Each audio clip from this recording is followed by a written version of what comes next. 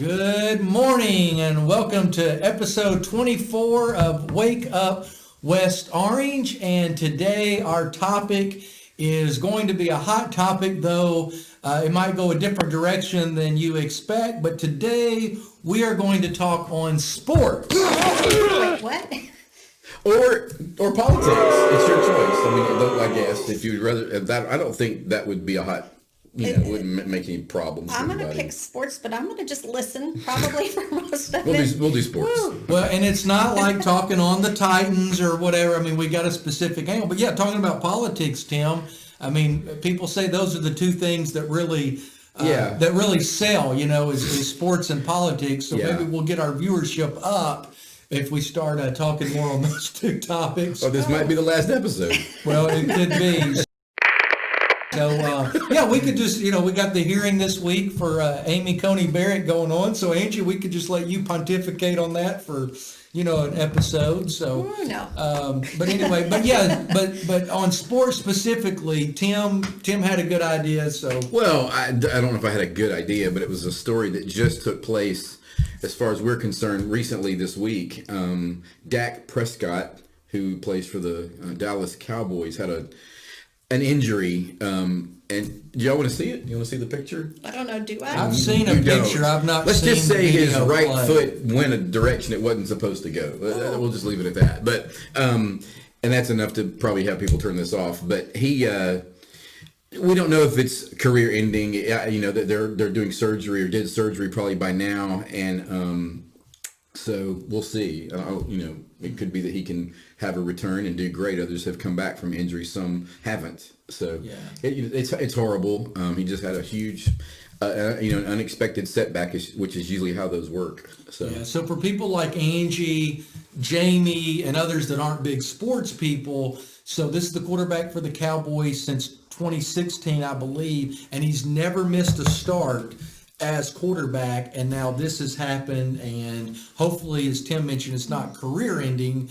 It's probably, at a minimum season ending. I think so. But it did look very Joe Theismann-esque, from the early 80s, where he had all of a sudden a career ending.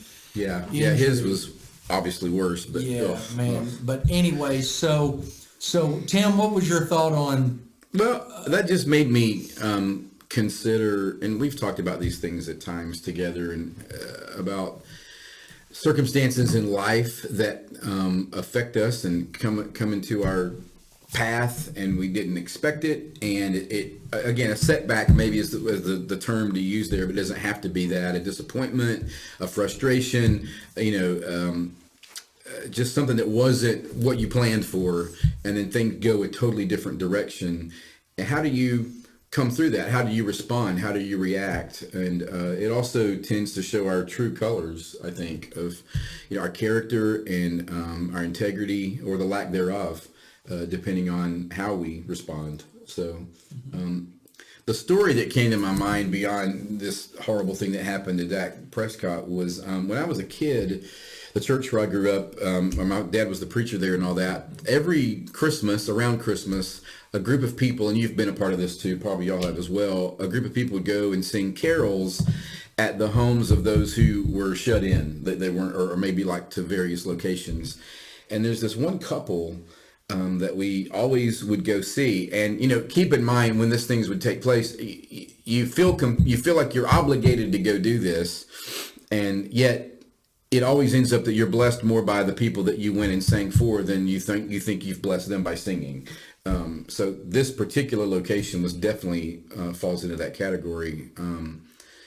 It was a married couple. They had, as I came to know them in my 8, 9, 10, 11 years old, they had been married for decades. She was a quadriplegic. She ate out of a straw. He kept her at their home, and they were still married. And they were in a horrible car accident on their honeymoon. They never made it to their honeymoon, and he had never left her side. And he was the nicest person, and she could not do anything but make audible sounds of appreciation or gratitude for our having been there, but he did everything for her and always had, and loved her and was her husband because he had committed to be that. And many times in life, I've thought about that in different times where I thought something horrible had affected me. And things have been, we all have those things that do come into our path, and it's like a wall that we've got to figure out how to get around or over or through. But to remember someone like that just said, his everything about him just burst out of his life to show that he was going to be who he said he would be. He promised, and as far as I know, she did pass away years later. I don't think that he ever remarried because he was committed to her. So a lot of things you can take from that story, of course. But Well, when I think about that story, and I think about Dak, obviously, on Sunday morning, he did not wake up knowing, hey, I'm going to have this bad thing happen, which I think I did see when he was carted off. Of course, he did the thumbs up. I mean, he was in tears and emotional, absolutely, as you would expect. But like to the couple you're sharing about, I mean, when you get married, even when you say for better or worse, what's everybody thinking? It's This is gonna going be to be great. This is going to be for better. I Right, mean, otherwise yeah. you wouldn't be Nothing's doing going to it. happen. But I mean, that's an extreme thing that Absolutely. happened, and an immediate thing that happened. Man, what a great example of loyalty and faithfulness to the person and to the vows. Mm-hmm. And that's the very character of God that you would hope for all of us does come out. Mm-hmm. When we have these, setbacks. So, in our world, literally our part of the world even, I find myself, I was looking for something the other day, and put all this in context. I know every home is different, but I was looking for something in our bedroom, and there's a dresser on my side where I keep my stuff. Kayla has her own. Hers is mostly jewelry. And I'm digging through this drawer looking for a pen or something. I'm freaking out. Passing by old cell phones, a broken iPad that I can't even use, all this stuff. It's just like, to me, useless, but to other people, it's like, these things that we're more than blessed. Mm-hmm. It's actually just disgusting. And I never found what I was looking for. And I almost get to the point where I'm overreacting. I'm just like, well, it is just a pen. So I let it go. But I wonder if we ever, I think we all should take self-inventory at times to remember, okay, what is appropriate for this situation, and how should I treat others, and how should I be seen acting or reacting and responding to all this? Because there are others watching, but there are also times where if we're not careful, that can become, as we were talking about before this, our default. What is your default, I guess, is another way to put it. So Well, and for me, that brings to mind the Israelites. God had led them out of Egypt. He'd parted the Red Sea. They crossed over on that dry land, and what do they start doing? They start complaining and panicking and worrying, and they're obviously, just bogged down in all the stuff that is, well, this isn't like I expected it to be. I expected that this was going to be, we were going to the promised land. We were going to be there by now. Mm-hmm. And it showed who they were. Yeah. It's a clear picture of their character. And I don't know, all too often I find myself doing that thing. This is what I had expected. It was going to be just like this. And I need to remember, but look at all the ways that God has blessed me. And they knew that they were going to reach that promised land because it had been promised. And we have too. And, we need to keep that in our minds as well. Well, you have acting childish or being immature, and definitely as adults they were, the Israelites. I think our selfishness can manifest itself, in different scenarios. For their story too, I've heard this comparison before. I didn't come up with this one. Like Bob came up with his analogy. Way to go! But I get to follow that this week. You had a great lesson. Bob had a great lesson. So, and I'm grateful for that. Yours will be equally, if not better, so I'm not even worried about that. We're on the But same now I've page. forgotten what I was going to say, so we're good to go. Oh, Shawshank Redemption. That's what I was going to say. Well, hold that thought because I got a thought. Shawshank Redemption, an awesome movie. I'm going to forget. But look at the great job Angie's been doing since Yes, March. yes. You know, with all of her videos Yes. and examples, and you know, often I get to follow that. She's or, basically you know, an amateur magician. sometimes she has like. You know, she will put into like 4 or 5 minutes, you know, more points than I fit into, you know, 30 minutes. Well, It's all just science experiments. well, they're pretty interesting. So. Yes, they are. And Anyway, Shawshank Redemption. They do make us think. And why did I say that? Oh, Israelites, Shawshank. Being in the movie, and we've probably said this before, but again, I didn't make this up either, but the people became accustomed, almost needing to stay in that environment. Oh, yeah. What is that called? There's a word for it. Institutionalization. 5 people said it before Yes. you did. But anyway, yes, they all got so used to just being in prison. Once they could be free, Institutionalized. their security blankets were gone. Yeah. And the Israelites were that way too, in a way. That's all they knew. So when they're given this opportunity to be free, they don't know what to do with that. They didn't know how to either accept it, but also how to release and let go of what they thought was a way of life, but now was supposed to be their past. I'm doing too much talking. No, it's good. That's a great point.